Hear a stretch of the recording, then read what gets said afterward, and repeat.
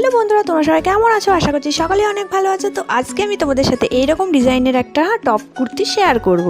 তো দেখো এই ডিজাইনটা আমি কিভাবে করেছি সেটা পুরো আমি A to Z তোমাদের সাথে শেয়ার করছি। তো তোমরা ভিডিওটা দেখতে থাকো। তো দেখো ফার্স্টে আমি এই যে কাপড়টা নিয়ে নিয়েছি, এটাকে আমি 4 ভাঁজ করে নিয়েছি। 4 ভাঁজ করে নিয়ে চুড়িদার যেরকম কাটিং হয় সেরকম ঠিক সেইভাবেই সেম মানে বুকের মাপ ও সাইডের মাপ পুরোটা আমি মেপে করে নিয়েছি। তো উপরের মাপটা আমি কিন্তু 7 রেখেছি। তো আমি এভাবে সেম এঁকে দেখো কেটে নিয়েছি। তো এবার দেখো নিচে কিন্তু আমি একটু মানে হালকা ফোল্ড হবে নিচের সাইডটা, যেহেতু এটা কুর্তি স্টাইলেরই হবে কিন্তু শর্টের ওপরে মানে টপ কুর্তি যেটাকে বলে, ওই জন্য হালকা সাইডে একটু আমি কাট লাগিয়ে দিলাম। এখান থেকে আমি ফোল্ডটা করব।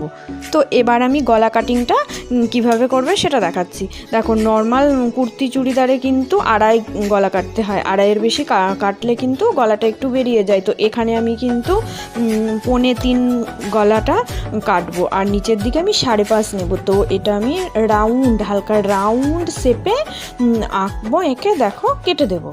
তো পিঠটা কিন্তু আমি পিঠের কাটিংটা সেম টু সেম তোমার 2.5 রাখবো। তো নিচের এবার যে যতটা মানে পিঠ চাইবে, এটা একটু মানে কম কাটতে বলেছে, তো এটা আমি 4.5 মতো কেটে এটাও সেমভাবে কেটে নিলাম।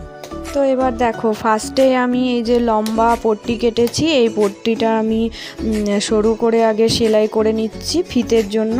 তো সেলাই করার পর দেখো আমি উল্টিয়ে নিচ্ছি। উল্টিয়ে নেওয়ার পর এই যে 2 ইঞ্চি মাপ করবে, 2 ইঞ্চি মাপ করে করে তোমরা ছোট ছোট টুকরো করে করে এই যে এরকম করে ফিতেগুলো কেটে রেডি করবে। দেখো অনেকগুলো ফিতে আমার লাগবে, তো আমি এটা রেডি করে নিচ্ছি।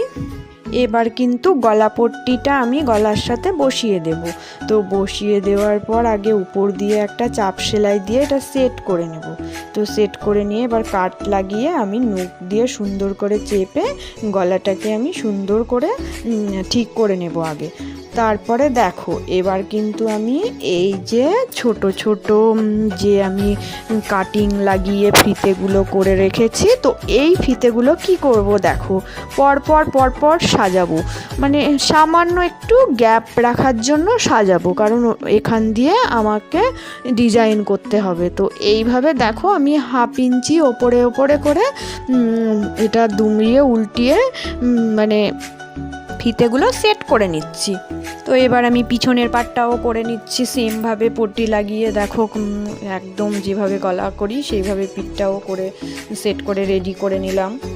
তো এবার দেখো আমি গলাটা 3 মানে 3.25 করেছিলাম, তো এই যে পিঠটা আমি 2.5 কেটেছিলাম। তো দেখো এবার তোমরা কাঁধের সাথে কাঁধ মেলাবে না, কাঁধটা একটু ছেড়ে মেলাবে, যেহেতু আমি সামনের দিকে ডিজাইনটা করছি এই জন্য আমি সামনের দিকটা একটু ছেড়ে এই যে বগলের দিক থেকে মিলিয়ে নেবে, মিলিয়ে নিয়ে এটাকে সেট করে দেবে।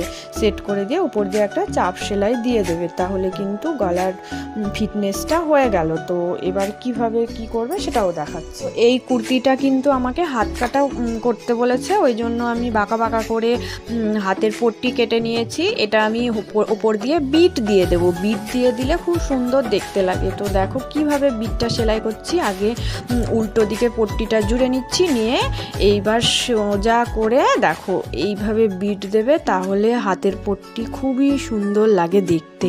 তো আমার হাতের পট্টিটা রেডি করে নিলাম। তো এবার আমি কিন্তু উপর থেকে পুরোটা সাইড জুড়ে দেব। জুড়ে দেওয়ার পরে এই যে যেখানে আমি কাটিং লাগিয়েছিলাম সেই অবধি জুড়বো, কারণ আমি সাইডটা ফোল্ড করে মুড়বো।